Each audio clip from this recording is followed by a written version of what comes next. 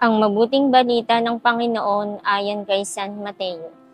Noong panahong iyon, sinabi ni Jesus, "Lumapit kayo sa akin, kayong lahat na napapagod at nabibigatan sa inyong pasanin, at kayo'y papagpahingahin ko. Pasanin ninyo ang aking pamatok at mag-aral kayo sa akin.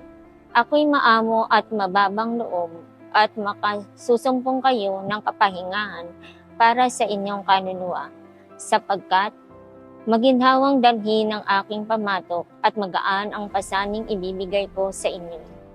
Ang mabuting balita ng Panginoon.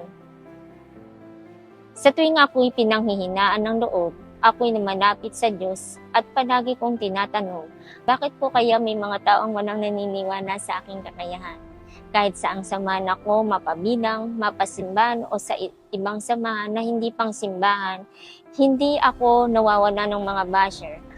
Ang palaging nasa isip nila marites ako o madaldal.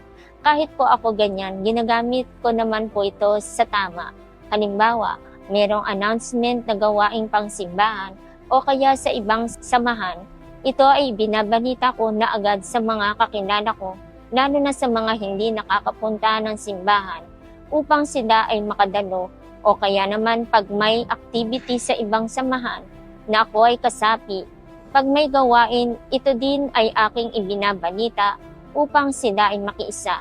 Halimbawa, nung dumating ang Poong Nazareno, natuwa sila sapagkat nakapagsimba sila dahil malapit lang ang simbahan.